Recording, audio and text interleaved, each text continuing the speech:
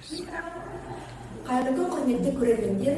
Бүгін біздің Асқаршың студиясының төрінде Созақ ауданының құрметті азаматы, Қазақстан Республикасының білім ісінің үздігі, ұлағатты ұстаз Ата Игенов. Сәлеметсіз бе, Ата аға? Асқаршың студиясына қош келдіңіз. Сізбен сұхбаттасу мен үшін үлкен құрмет. Бұл сұхбатты мектебіміздің оқушылары, ұстаздар, ата-аналар арнайы QR-код немесе сілтеме арқылы YouTube арнасынан көре алады. Менің есімім Марал, жақында ғана осы мектепке жас маман болып келдім. Сіз туралы осы дәрісханаңыз ашылатын кезде ғана естідім. Бүгінгі сұхбатымызға арнайы 30 минут қана бөлінген. Осы 30 минут ішінде сізден тың ақпарат және жақсы инсайт алып қайтамын деген ойдамын. Айта кетейін, сіз осы Асқаршың студиясының 3-ші қонақсыз. Аға, алдымен көрерменге өзіңізді таныстырып өтсеңіз. Қай жерде туып өстіңіз, қай мектепте еңбек еттіңіз және ұстаздыққа қанша жылыңызды арнадыңыз? Негізі Казгуды бітірген университеті. Ол жылдары былайша айтқанда 10 класс пен 11 класс бірден бітірді. Ал институтқа түсуге ең қиын кезең. Сол қиын кезеңде былайша айтқанда осы бөліміне болатын тарихтың жаңағыдай. Осы бөліміне болғанда бір орынға 24 бала болып тұр. Сонда 23 кету керек дағы бір адам түсу керек болған. Ал енді сосын кейін жаңағыдай кейін конкурстан соң 24-тің 10-ымыз өттік. 10-дың да тағы да біреуі қалу керек деген. Сосын енді не керек? 10-ымыздың да балымыз бірдей. Ең мені құтымды жері осы Асқар Сүлеймен өзіміздің ағамыз болып есептелінен сол кісі барып ауылдан келген. Ол кезде бір ауылды қолдайтын кезде, ауылдан келген. Осы өту керек деп жаңағы өйткені ол кісі жүрі қарсы кісі болған. Сөйтіп не керек? Түсіп кеттім оқуға. Өзі туған 1947 жылы дүниеге келдім. 10 майда осы неде Шолғырғанда. Сосын мен еңбек жолын бірінші рет жаңа неден бастап, Домпенерден. Ол кезде Домпенер болатын, сол Домпенердің директоры етіп қойғандығын. Мен өзім мектепте өте белсеніп туған, ол кезде жаңағы комсомолдың секретары болатын, дружинный советтің председателі болатын, сол дружинный советтің председателі болып жүрген тұғымын. 5-ші класстан 10-ші классқа дейін старшысы болдым. Сөйтіп не керек? Зал районы ол кезде Бөкенов туған, мектеп директоры Наурызбаев туған, екеуі таласады ғой мен оқуды бітіріп келгенде. Наурызбаев мен мектепке алынған дейді. Бөкенов жоқ, сен алмайсың, ауданға керек деп, мені бірден сол директор етіп қойды, университет бітіріп кейін. Бұл да маған мен үшін жаман болған жоқ. Бүкіл облыс бойынша жаңағыдай көптеген жаңағыдай неден жастан біздің аудан ол бірінші болатын. Ал енді кейде ана туризмнің слеті болады. Ол кезде туризмнің слеті болған кезде бүкіл Шолғырғанды айландырып шақырды. Ол үлкен қуаныш болды оқушыларға. Үлкен былайша айтқанда тәрбие тұғын. Ол кездегі октябрят бар, пионер бар, комсомол бар, бәрі өте керемет болады. Ал енді қазіргі кезде де сондай болып жатыр ғой, жаңағы емес қазіргі кезде де өте сондай жарыстар да болып жатыр, сондай неде болып жатыр, өте керемет болып жатыр. Ал енді Асқар Сүлейменовті жаңағыдай ол кісі жөнінде айтып кетейін, біраз жаңағыдай. Ол кісі 5 жыл бойы сол кісінің үйінде тұрдым ғой, несі жасырайды. Жолдасы 6 шашыраған отырған, 2 баласы болған, Әлішер деген Сүлеймен. Кезінде Асқар деген программаны жүргізетін несі қызы Қарагөз Сүлеймен отырған. Ол қазір Алатау дәстүрлі театры бар, сол жерде заң директор болып істейді, өзі әнші, бұрында президентский аппаратты жағдай әншісіне алған, өзі кандидат наук былайша айтқанда өте жағдай нелі. Ол кісімен сондай тәрбиелегесін, кейін мына жерге келдік қой мектепке. Біріншімен Алтынсарин мектебіне жағдай Домпенерден кейін Алтынсарин мектебіне директор болды. 2 жыл сол жерде істедім да, осы ол кезде Калин мектебі деп аталады. Амал жоқ сол Калин мектебіне келдім, өйткені өзім ауылым деп, өйткені осы ауылға жақындау жер болмасын. Сосын кейін жағдай яғадым. Жаман болған жоқ, сол келген жылда 2006-ға дейін осы жерде директор болдым ғой. Аға, мен осы тұста тағы бір сұрақ қойайын. ұстаздық жолды қалай таңдадыңыз? Бұл мамандыққа деген махаббат қай кезден басталды? Балалық шағыңыз, алғашқы қадамдарыңыз және алғашқы шәкіртіңіз туралы есте қалған бір сәттер болса, соны бөлісіп отырсаңыз. Ұстаздықты мен мектепте не алдым. Өйткені ана не алды, бірінші класстан сондай белсенді болдым. Октябрятқа, пионерге комсомол болғаны, сосын тарихты жақсы көрген. Тарихты жақсы көрген бір бақыт керей Аманов деген кісі келген, тарихтан білген. Өмірінде ондай мұғалімді көрген емес, шын айтқанда. Тем более мен орыс класын бітірген ғой. Ана кісі енді тақтаға жазып тұрып қояды, бәрі уже басына кіреді, полностью. Ешқандай несіз, тамаша болып тұрады да, үйге тапсырмай бермейді. Ертеңісіне келіп немесе тарихта не алатын болса, ана сол кісі жазып түсіндірген сауал айтып берген жатырмыз. Сондай жаңағыдай кереметтігі. Сол кісінің қызығымен мен де тарихшы болып кеттім ғой. Ал енді қазіргі таңда өзімнің қызым да тарихшы. Оған да менің влиянием болған шығар деп отырмын ғой, жаңағы осы мектепті бітірген, ол да неден. Кейде жас ұрпаққа қарап, өз шәкірттеріңізді еске аласыз ба? Солардың ішінде қазір елге танымал, халыққа қызмет етіп жүрген жандар бар ма? Бар, ондай қызмет етіп жүрген. Мына Жомарт Жексенұлы, ол Алтайсары мектебінде оқыған. Керемет жаңағы жарыстарға қатысатын. Өлең айтқанда бәрі керемет не алатын. Сосын кейін жаңағы оны жаңағыдай Москваға как раз не болатын болды, одан көшіп болатын болды. Именно солай істедім. Алдында соны жібердім. Жақындары былтыр бір кездесіп қалып, соның айтында амандасып жатыр, амандасып. Сен жуансыз ба? Сен мені ұмыттың ба десем, ой, мен неге ұмытамын? 7-ші класста сіз мен Москваға бірінші өткенсіз ғой деді ғой жаңағы. Бір шәкірт сол. Екінші шәкірт мынау Әуесхановты айтар еді. Әуесхан ол керемет әнші болған. Мен өзім әнді де өте жақсы көремін, шын айтқанда. Ол кісі осы мектепте оқыған ба? Осы оқыған, сөйтіп бір жарыс болатын болса, бір жерде өлең айтатын керек болатын болса, Әуесханды алдыртамын ғой. Ана Майлықожаның жаңағы термесін өлтіріп айтып келеді, соған бәрі риза болады. Бұны жаман емес, қазір енді көріп отырсыңдар, мынандай коллективті басқарып, мектепті жайнатып қойғанында, өзі жаңағы ризамын, былайша айтқанда. Бұндай шәкірттер көп, оның бәрін айта бермей-ақ қояйын, осы екеуіңізді жететін шығар. Рахмет аға. Мектебімізге Асқар Сүлейменовтің есімін беру үлкен тарихи әрі рухани қадам. Бұл шешім сіздің ойыңызша жүректен шыққан құрмет пе, әлде азаматтық парыз ба? Бұл енді мен айтар едім, бұл азаматтық парыз деп ойлаймын. Өйткені өзі қазір былай ғой, біреуге сен жақсылық жасасаң, кейбіреулер түсінбейтін адамдар айтады, ол жақсылық жасадың, бірақ ол қайтпайды ғой дейді. Ол қате. Біреуге сен жақсылық жасасаң, басқа біреуден саған жақсылық келеді. Бұл енді керек. Немесе біреуге бір жамандық жасадың ба, сол жамандығың өзіне қайтып келеді. Мен сол өзі сол позицияны ұстаймын. Өйткені маған университетте жүргенде жақсылық жасады, керемет жасады. Прямо даже мен енді айтқан болар едім, анау Қарагөз бен Әлішер екеуі, біреуі 3 жасқа туған кезде. Қарагөз дүниеге келді деген, мен өзім көп балалы анада не алғанша, 11 жас бізде. Баласы тұра алмаймын. Жатақханада орным бар, бірақ бірінші сабақтан кейін келіп, сол Әлішер мен Қарагөзді ойнатып жағадай жүретім. Просто балаға өте неймін да, жағадай. Жақын. Ал енді сосын кейін жаңағы мына жерге сол совет үкіметі тарай бастады, неғыла бастады, аттар өзгере бастады. Сосын кейін жаңағы мен ұсыныс айттым осы жерде коллективке. Қалай қарайсыңдар, осы кісіні жаңағыдай атын берсең, болады ма, болмайды ма деп. Ал сосын кейін коллектив болған соң бірден қолдады. Сосын кейін жаңағыдай тағы бір жері бар оның. Асқар Сүлейменовке дейін бір Қазақстандағы жазушы дүниеден өткеннен кейін мемлекеттік сыйлықтың лауреатын алған. Бірінші адам сол кісі мемлекеттік сыйлықтың лауреатын алған. Сөйтіп жаңағыдай бәрі келісті. Сосын кейін тағы не қылды мына жақтан. Ол Аллах деп бекіледі ғой любой нәрсе. Оны бекітті.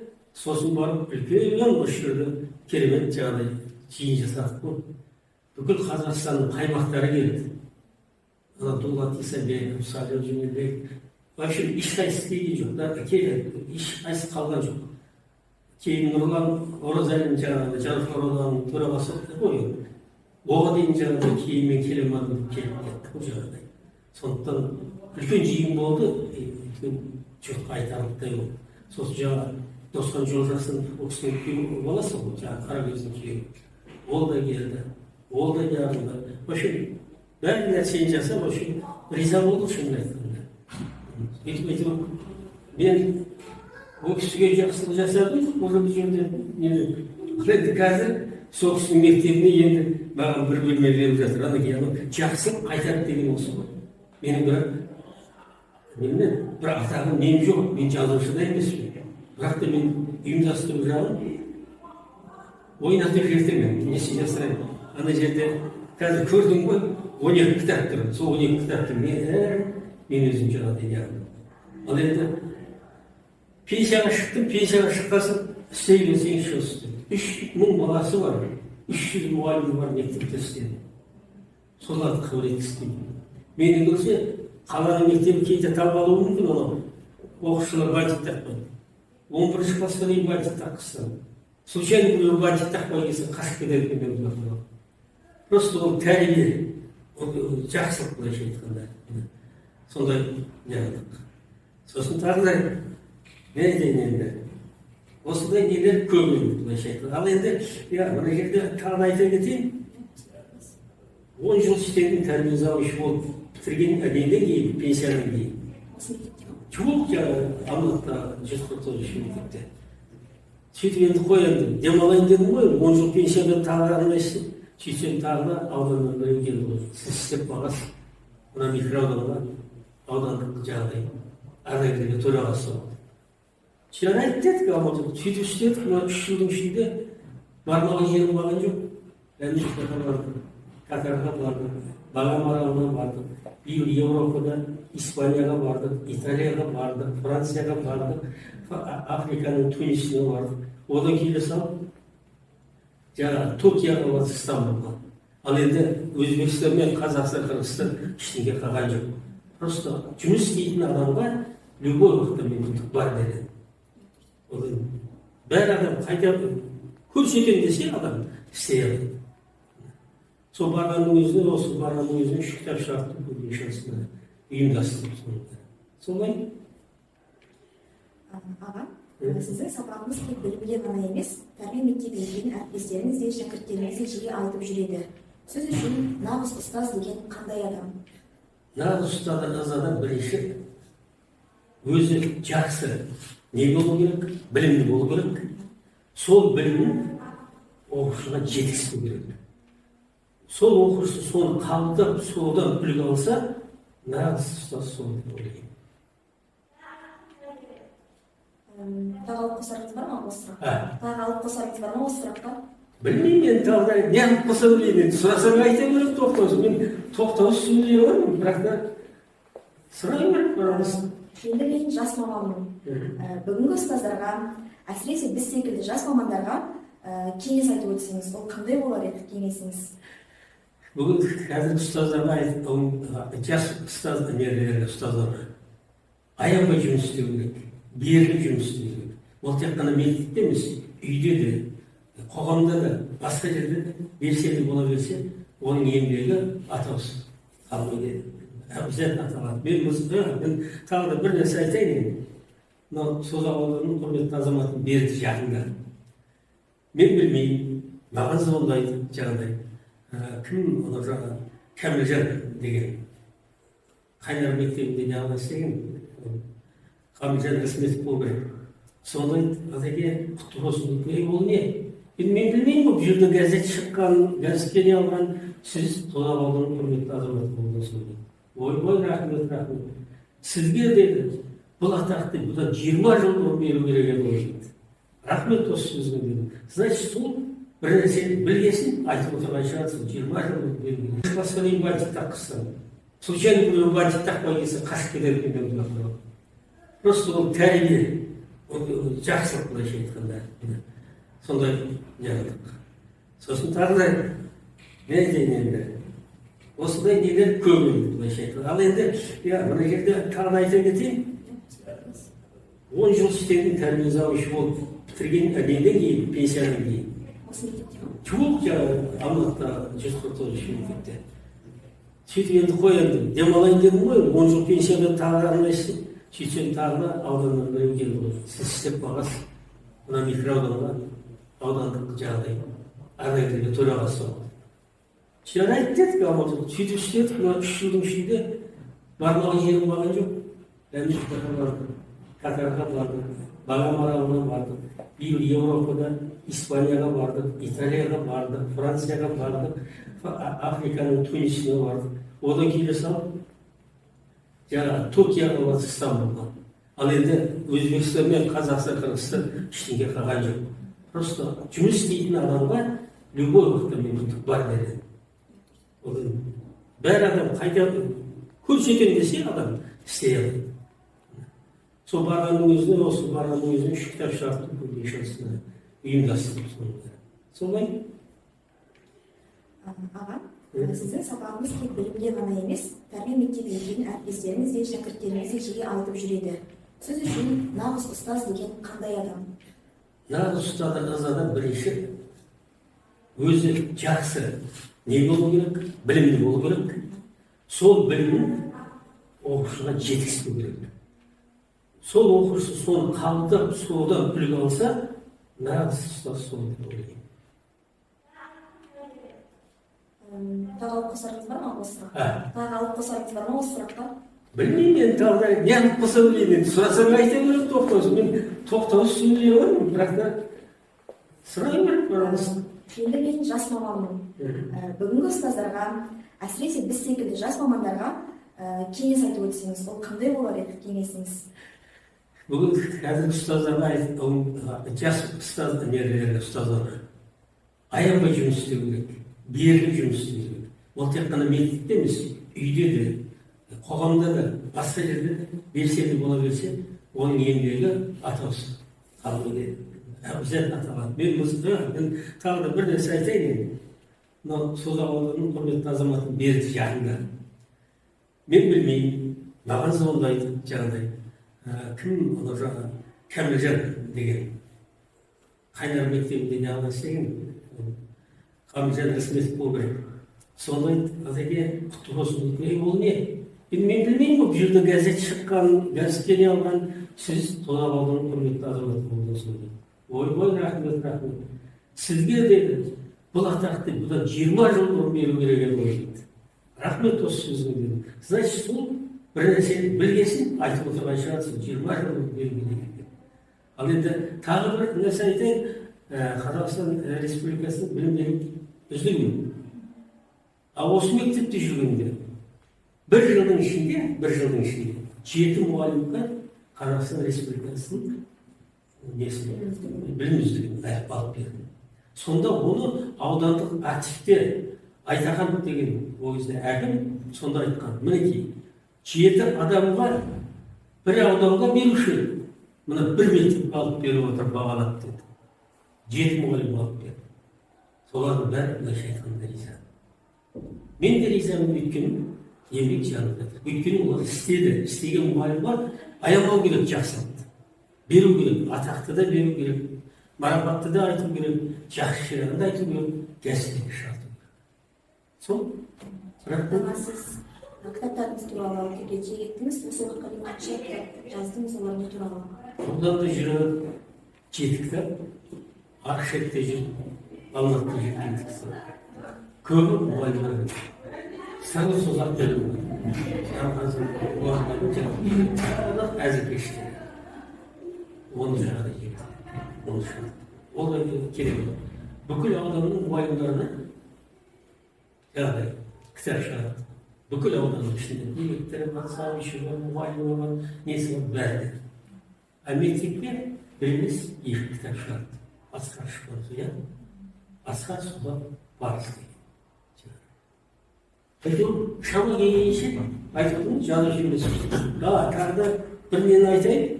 Былтыр как раз 50 ардагерді осы мектепке алып келді. 50 ардагер Алматының бәрі көлік ішінде 90% алматылықта 3-4 болған. Сол кезде біз отырарға баруымыз керек болды. Түркістанға баруымыз керек. Сол кезде ауданның несіне біздің созақтарға барсын. Болды, барамыз. Отырарға барып, ол жерде күтті енді. Созақтай болмайды ғой, дәнесі.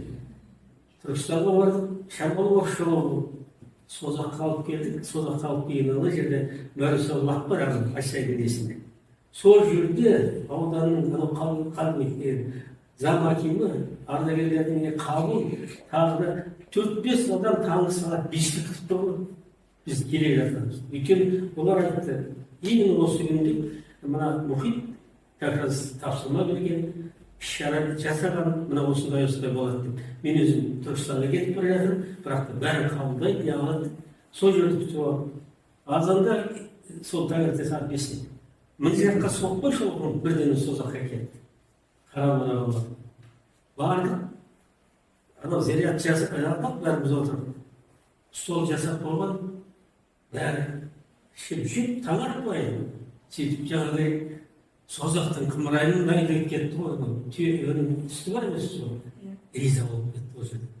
Одан келдік, бірден осы мектепке келдік. Бұл жерде де дастархан жасап болған, ол мәселе дастарханда емес ол адамның. Это уважение дейді. Мына жаққа келдік та концерт қойдық. Ардагерлердің. Біздікі өзі Алматыда Алатау ауданының ардагерлері неде? Именно ансамблі тіркелген. Одан келдік, паркке бардық, одан келдік та Дворецке барып концерт қойдық. Одан музейге бардық, жаңағыдай тарихымыз. Одан барып Бабатүкті шаштадыға бардық. Ол жерге барғанда, бұлайша айтқанда, 4 рет тамақ ішті жаңағыдай. Сөйтіп кетіп бара жатқанда айттым ғой. Атеке, мынандай Созақтай қалып жүріп өткен дейді. Неге дедім ғой? Бізді Құда күткендей 4 рет күтті ғой, 4 рет не алып берді ғой дейді. Ал енді халқына ғана ризамыз дейді. Қандай керемет дейді. Просто не, ол жерде біз ана Кенжебай шабытта шабыттырған, мен Қадыбекке айтқам жаңа, сол шабыт. Ол келді, керемет жаңағыдай. Тоқтаймайды ғой ол деді, әңгімесі керемет болды деді. Сөйтіп не керек, бір күні Алматыда отырсам, ардагерлердің бірден соң бірін сондай, ана Кенжебай шабыт шықты. Естерде сол балғанда, қандай тамаша. Тәшті халық, Созақта халық жоқ. Ал енді мен қанша шетел мемлекеттің бәріне бардым ғой, иә? Көруге жақсы, қазақ халықтай немесе Созақ халықтай күту сыйлау жоқ демас. Так что Қазақстан еш уақытта жамандауға болмайды, тек қана жақсы көрсетуге болады. Сізді білім саласының ардагері дейді, қазір немен айналысып жатырсыз? Қазір сол Әйгерім микроауданында төрағамын. Қазір енді бұны 80 жылдыққа дайындалып жатырмыз. 120 адамнан хор шырақтайды деп жатырмыз, уже дайын, почти былайша айтқанда. 30 адамнан оркестр, ең жақын арада Германияға барған, сосын мен Өзбекстанның Навай қаласына барған. А сосын кейін сол анау өзіміз ардагерлер белгілі ғой, көшенің тазалығына да қадағалаймыз. Бір свет жанбай қалса, оғында араласып жатамыз. Су болмай қалса, оғында әйтеуір халықтың жағдайын жасап тұрса, сол. Рахмет аға, жүрекке жеткен жол сөздеріңіз үшін алғысым шексіз.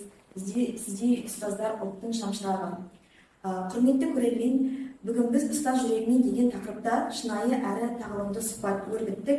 Келесі кездескенше амандықта болыңыздар. Рахмет аға. Бізге ұлдарға, қыздарға шеберхана бар ғой, білесіз, мастерская. Сондай лазерный станоктар берген. Соның балалардың еңбегі сізге естелік деп, мына әріптестерім әкеліп отыр екен, сізге табыстап қояйық, енді видео ішіне қосамыз деп отырмыз. Мына балалардың қолынан шыққан дүние мынау. Балалар қыздар, мына бәрін өзіңіздердің бәрі? Иә. Бірінші жаңа программасын неге кіргізіп болады екен. Сондықтан сізге мынаны табыстаймыз. Бұл енді естелік просто. Естелік жаңа телестудия беруге қыздар үлгере алмай қалыпты. Сондықтан сізге естелік. Алып кетіңіз. Мен жерге қоя берейін,